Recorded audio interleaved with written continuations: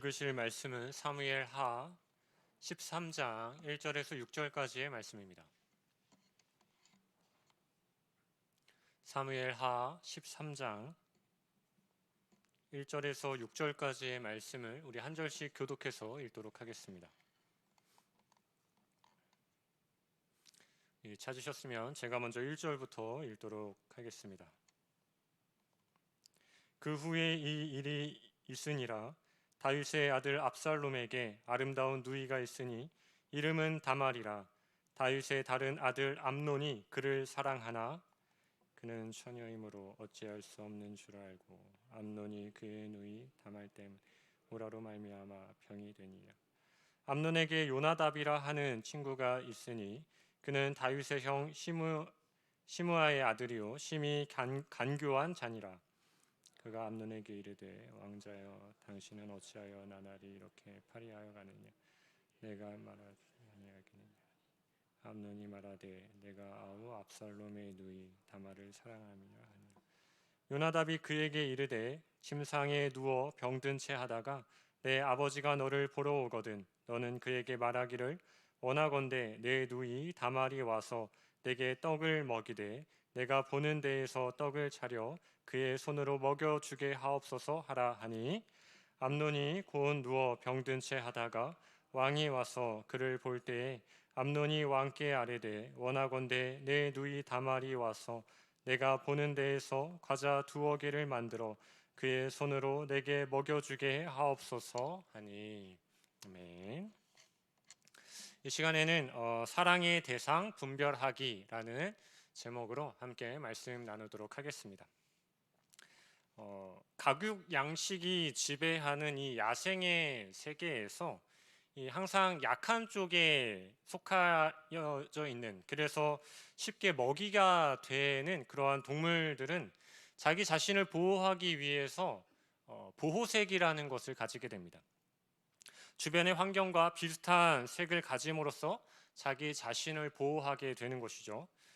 뱀의 먹이가 되는 개구리를 봐도 주변 숲이나 논과 같은 그러한 색깔들, 어떤 초록색이나 갈색의 무늬들을 가짐으로써 자기 자신을 그 보호색으로 인하여서 보호하게 됩니다. 그런데 이렇게 먹이에 해당되는 개구리임에도 불구하고 이 보호색을 가지고 있지 않은 개구리들이 있습니다. 오히려 주변 환경과는 전혀 어울리지 않게 오히려 더 화려한 색을 가지고 있는 개구리들도 있다라는 것이죠.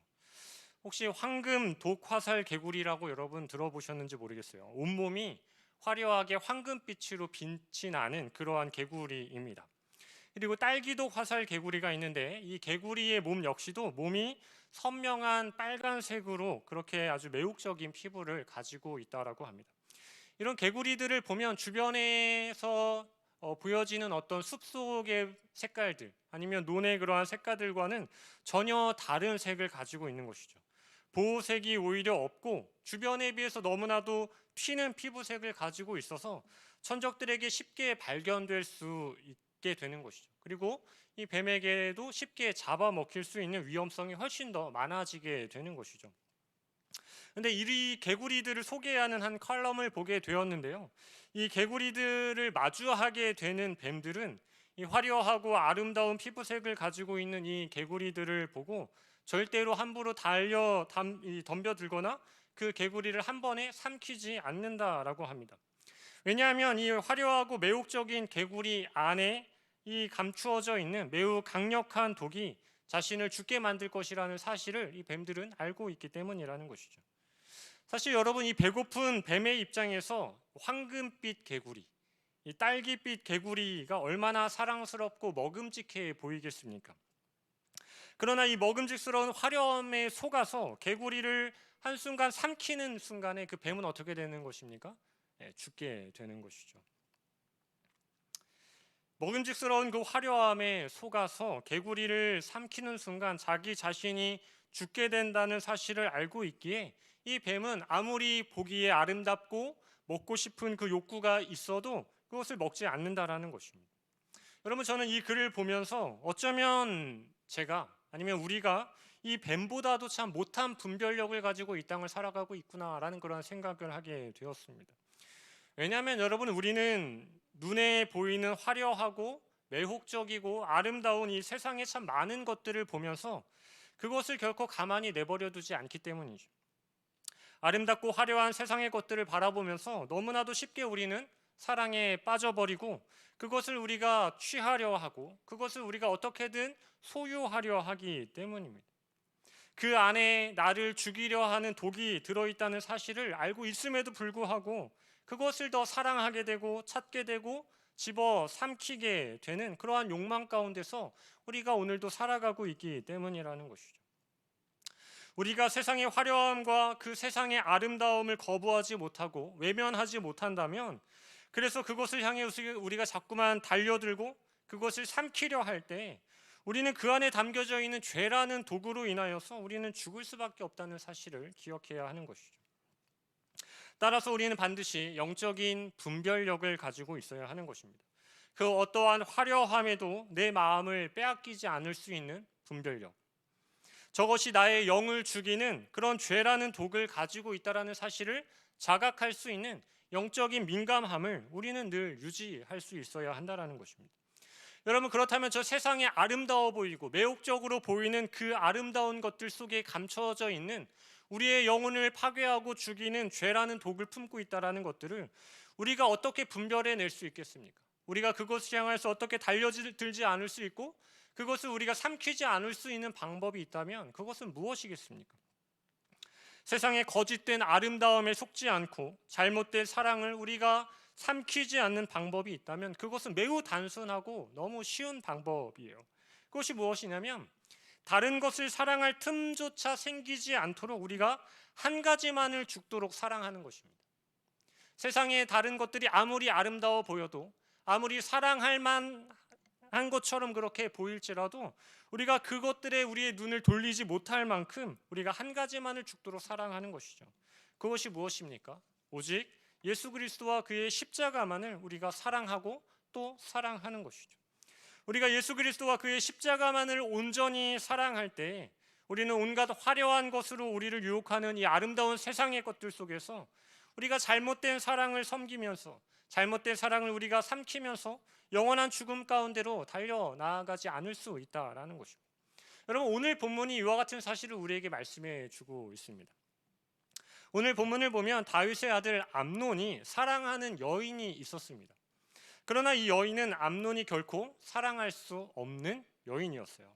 왜냐하면 그 여인은 바로 압살롬의 누이 다말이라는 이 암논의 이복 누이였기 때문입니다. 암논은 이 배에 다른 이복 누이를 사랑하게 되는 잘못된 사랑에 빠지게 되었다는 것이죠. 근데 여러분, 오늘 본문을 보면 암논이 이 다말을 사랑하게 된 이유가 무엇인 줄 아십니까? 13장 1절을 다시 한번 읽어보면 그 이유가 이렇게 기록되어져 있는데요. 우리 같이 한번 읽어보겠습니다. 시작. 그 후에 이 일이 있느니라. 다윗의 아들 압살롬에게 아름다운 누이가 있으니 이름은 다말이라. 다윗의 다른 아들 암논이 그를 사랑하나. 여러분, 암논이 다말을 사랑하는 이유가 1절에 기록되어져 있죠. 암논이 다말을 사랑하는 이유는 한 가지였습니다. 그것이 무엇입니까? 다말이 아름다웠기 때문인 것이죠. 이유는 단 하나입니다. 얼마나 다말이 아름다웠는지 성경이 구체적으로 기록하고 있지는 않지만 암논은 그 아름다움 때문에 사랑할 수 없는, 사랑해서는 안 되는 그 대상을 사랑하게 되는 이 잘못된 사랑에 빠져버리고 말았다라는 것이죠. 이 아름다움 때문에. 암논이 다말을 얼마나 사랑했는지 이어지는 2절 말씀을 보면 이렇게 기록하죠. 암논이 그의 누이 다말 때문에 울하로 말미암아 병이 나니라 라고 이렇게 기록하고 있어요. 그러니까 우리가 흔히 말하는 상사병이라는 거 있죠. 이 상사병에 걸리게 된 것입니다. 그런데 여러분, 우리가 이 너무나도 사랑하는 것들을 우리가 바라보게 되면, 그러니까 우리가 상사병에 걸리게 되면 일어나는 특징이 있죠. 이게 무엇이죠? 여러분, 상사병 한 번도 안 걸려 보셨어요? 우리 여러분들은 다 상사병을 걸리게 하는, 그죠? 그런 분들이셨죠. 여러분, 우리가 상사병, 그러니까 무엇인가에 우리가 깊이 사랑에 빠지게 되면 이러한 특징이 있죠. 감정보다 이성이 더 우리를 지배해야 되는데 오히려 상사병에 걸리면 그 반대가 되는 것이죠. 이성을 감정이 잡아먹게 되는 것입니다. 다시 말해서 눈에 보이는 게 없게 되는 것이죠. 암논이 이렇게 눈에 보이는 게 없을 정도로 다말을 사랑하게 되었을 때 그때 등장하는 한 인물이 있는데 바로 암논의 사촌인 요나답이 등장하게 됩니다. 그래서 요나답이 암논에게 상사병에 걸려 있는 그 모습을 보면서 이렇게 얘기하죠. 5절 말씀을 보면 요나답이 그에게 이르되 침상에 누워 병든 채 하다가 내 아버지가 너를 보러 오거든 너는 그에게 말하기를 원하건대 내 누이 다말이 와서 내게 떡을 먹이되 내가 보는 데에서 떡을 차려 그의 손으로 먹여주게 하옵소서 하라. 그러니까 이 사촌인 요나답이 암논이 이 상사병에 걸려서 병들어 있으니까 그 이 잘못된 사랑이지만 이 사랑을 소유할 수 있는 방법을 가르쳐 주고 있는 것이에요. 그러니까 일단 누이 다말을 가까이 오게 하라는 것입니다. 일단 가까이 오게 한 후에 다말을 침실로 들여오게 해서 통침하게 하면 된다라는 그 방법을 제안해 주고 있는 것이죠. 그래서 요나답은 먼저 다말을 가까이 둘 수 있는 그 방법을 구체적으로 암논에게 가르쳐 주었던 것입니다. 여러분, 다말을 범할 수 있는 이 죄악된 방법을 제안받은 암논은 이 제안을 거절하지 않습니다. 분명히 이것은 죄를 짓게 만드는 사촌 요나답의 제안이었음에도 불구하고 암논은 이 제안을 단번에 거절하지 못해요. 여러분, 이 제안을 거절하지 못하는 이유가 무엇이겠습니까? 다말이 너무 아름다웠기 때문이죠. 다말을 향한 이 잘못된 사랑을 이미 이 암논이 삼켜버렸기 때문인 것입니다. 죄를 짓게 만드는 이 요나답의 제안이 이 암논에게 있어서 불편하게 들려야 하는데 전혀 불편하게 들리지 않는 것이죠. 여러분, 이 제안이 왜 불편하게 들려야 합니까? 암논으로 하여금 죄를 짓게 만드는 방법을 가르쳐주는 제안이기 때문에 암논이 이 제안을 들었을 때 이것이 불편하게 들려야 하는 것이 정상이죠.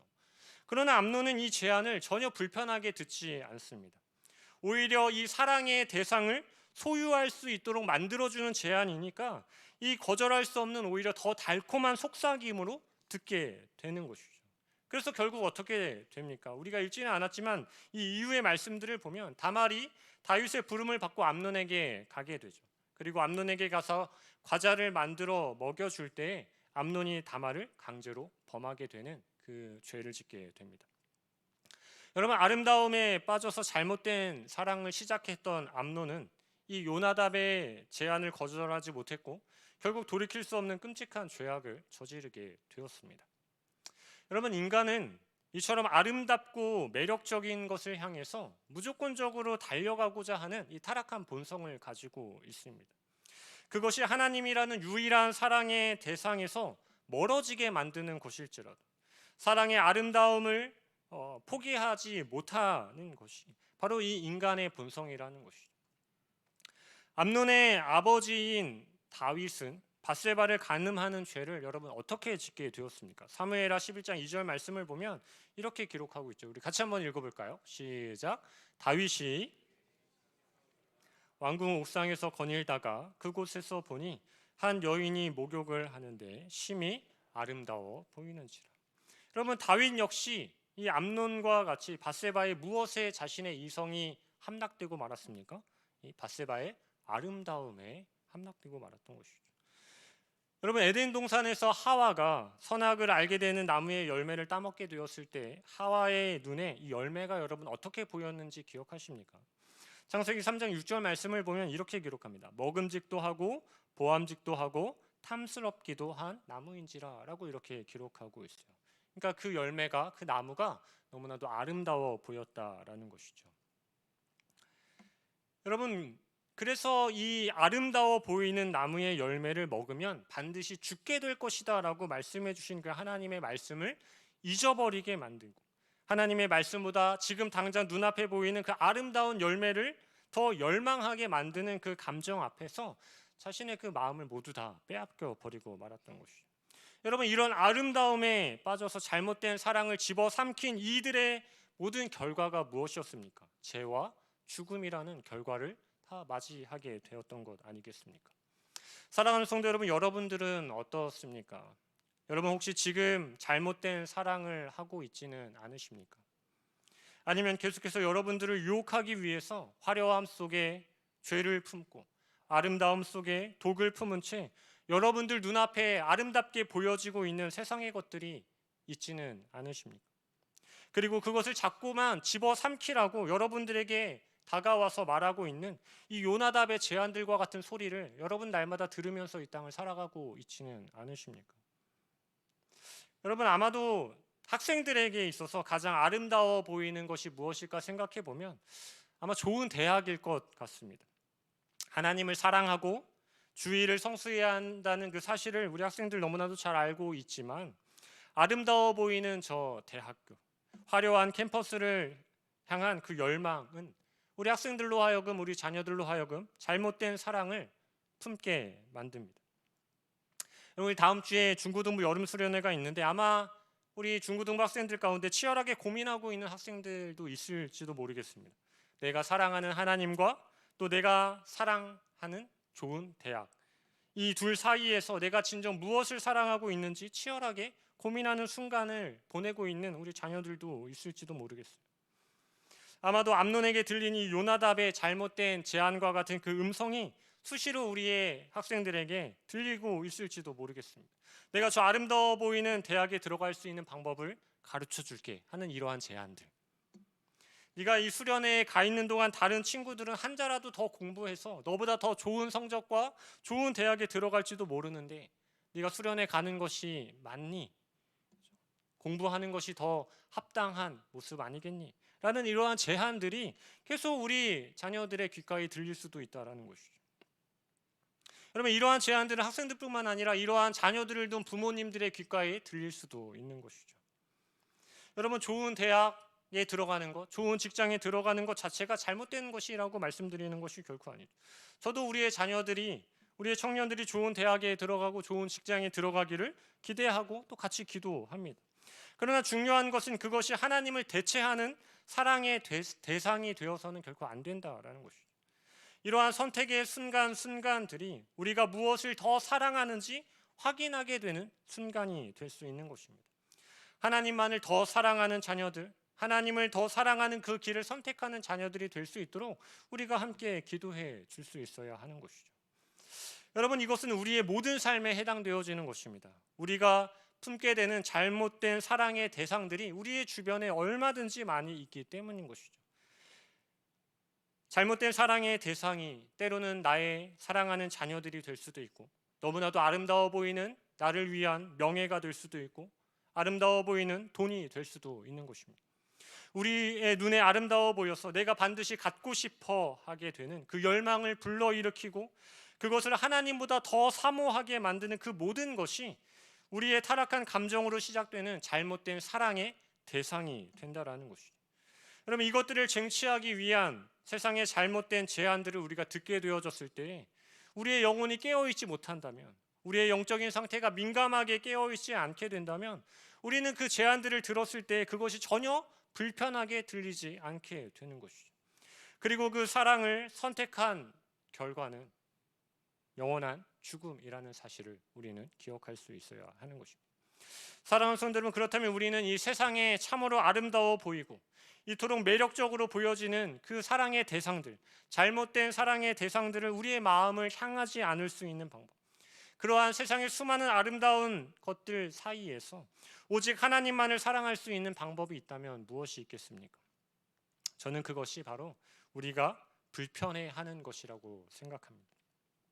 세상의 아름다움과 세상의 그 화려함을 향해 달려가는 우리의 걸음들이 불편하게 느껴질 수 있어야 한다는 것이죠.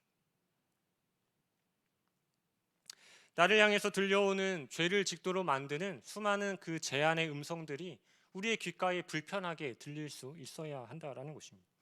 여러분, 우리가 하나님을 사랑하며 살아가는 이 성도로서 이 땅을 살아간다라는 것, 하나님을 사랑하면서 이 세상을 살아갈 때 우리는 그만큼 이 땅을 불편하게 살아간다라는 것을 우리가 각오해야 하는 것이죠. 여러분, 사람들 모두가 세상의 아름다운 것들을 사랑하는 이 세상 속에서 나만 세상을 사랑하지 않으면서 살아간다라는 것은 우리를 너무나도 불편하게 만드는 일일 수 있다라는 것입니다.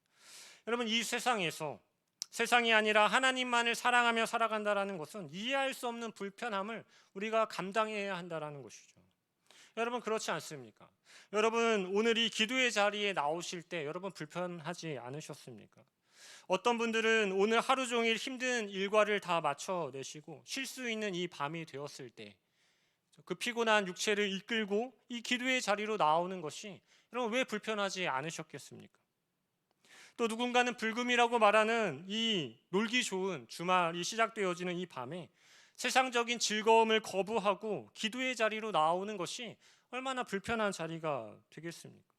그러나 여러분 이러한 불편함을 자발적으로 선택하면서 우리가 주님을 사랑하기 때문에 이 기도의 자리에서 기도하는 이 시간이 바로 여러분 나의 생명을 살리는 시간이 된다라는 사실을 우리가 기억해야 하는 것이죠. 세상과 다름을 선택하고 하나님이 원하시는 삶을 선택하는 것은 우리에게 늘 불편한 것이 되는 것입니다. 그것이 더 이상 불편해지지 않는다면 우리는 죽어 있는 것이죠. 그러나 우리를 불편하게 만드는 그 믿음의 선택이 하나님만을 사랑하게 하는 그 선택이 오히려 우리를 더 살게 하는 것입니다. 우리가 이러한 선택을 거듭할수록 우리의 영은 더 예리해질 수 있는 것이고 우리가 이러한 선택을 반복할수록 우리의 사랑의 대상은 하나님으로만 더 굳어져 갈 수 있다는 것입니다. 여러분 아브라함은 친척 아비집을 떠나는 불편함을 감수해야 했고 베드로는 그물과 배를 버리는 불편함을 감수해야 했습니다. 예수 그리스도는 십자가라는 그 길을 걸으셔야 하는 불편함을 감당하셨죠. 그러나 여러분 이러한 모든 불편함에는 공통점이 있습니다. 하나님을 절대적으로 사랑하는 그 사랑으로부터 시작되어지는 그 모든 불편함이었다라는 것이죠. 여러분 이 불편함이 생명을 살리는 믿음의 선택이 되었다는 사실을 우리는 기억해야 하는 것입니다. 저와 여러분도 죄악의 달콤한 음성이 불편하게 들릴 수 있어야 하는 것이죠. 그리고 주님을 사랑하는 그 믿음의 불편한 길을 우리가 오히려 기쁨으로 걸어낼 수 있어야 한다는 것입니다. 그 불편한 길에 생명이 있음을 기억하고 하나님만을 사랑하는 그 불편한 길을 우리가 함께 걸어갈 수 있는 우리 모든 성도님들이 될 수 있기를 주님의 이름으로 간절히 소망합니다. 여러분 지금 이 순간 여러분들이 가장 사랑하는 것은 무엇입니까? 어쩌면 분명 우리는 하나님을 사랑하지만 어쩌면 하나님 외에 세상에 아름다워 보이는 것들을 더 사랑하고 있을지도 모르겠습니다. 여러분 그러나 이제 우리는 그 잘못된 사랑의 대상을 바꿔낼 수 있어야 하는 것이죠. 세상에 그 무엇이 가장 아름답다 할지라도 세상에 그 무엇이 우리가 삼키고 싶을 만큼 매혹적으로 우리에게 다가온다 할지라도 우리의 그 사랑의 대상은 결코 흔들리지 않을 수 있어야 하는 것이죠. 만약에 우리의 그 사랑의 대상이 세상의 아름다운 것으로 고정되어져 있다면 우리는 그 사랑의 대상을 바꿔내야 하는 것입니다. 여러분 하나님을 탐닉하라라는 책을 쓴 이 마이클 존 큐직은 이러한 내용을 우리에게 전달하고 있어요. 우리 같이 한번 읽어봤으면 좋겠는데요. 이 내용을 같이 한번 읽어보도록 하겠습니다. 시작. 하나님보다 더 사랑하는 우상을 뿌리째 뽑아내려고 노력한다면 그것은 다시금 자라나게 될 것이다. 그러나 그것들은 대체될 수 있다. 물론 하나님으로다. 여러분 세상의 아름다움에 대해 잘못된 사랑에 빠져서 하나님보다 더 세상을 사랑하는 우상을 우리가 만들게 되었다면 그 잘못된 사랑의 대상을 우리가 제거하려고 노력하는 것은 어렵다라는 것이죠. 그러나 그 제거하려는 노력 대신 그 잘못된 사랑의 대상을 하나님으로 바꾸라고 우리에게 제안하고 있습니다. 세상의 아름다움이 아닌 오직 하나님만을 더 열정적으로 탐닉하라라는 것입니다. 하나님께만 열정을 쏟아내라라고 말하는 것입니다. 우리 안에 세상의 것에 대하여서 열정을 쏟고 있다면 그래서 그것이 사랑의 대상이 되었다면 하나님을 더 열정적으로 탐닉하라라는 것입니다. 그것이 우리의 사랑의 대상을 하나님께로 바꿀 수 있는 방법이라고 우리에게 제안하고 있다는 것입니다. 사랑하는 성도 여러분, 여러분들은 지금 이 시간 무엇을 더 사랑하고 있습니까? 무엇에 대하여서 열정을 품고 있습니까? 여러분 무엇이 되었든지 간에 그것이 하나님이 아니라면 여러분 이 시간 우리는 그 무엇보다도 하나님을 더 열정적으로 사모하고 하나님만을 더 열정적으로 탐닉해야 한다는 것입니다. 사랑하는 성도 여러분, 세상이 아름다워 보일 수 있죠. 너무나도 매력적이어서 반드시 내 것으로 만들고 싶어질 수도 있습니다. 하지만 우리가 열정적으로 우리가 소유하려고 하는 그 대상은 여러분 다른 그 무엇이 되어서는 안 되고 오직 하나님 한 분만을 우리가 가장 열정적으로 사랑해야 하는 대상으로 삼을 수 있는 우리 모든 성도님들이 될 수 있기를 간절히 소망합니다. 여러분 말씀을 마치겠습니다.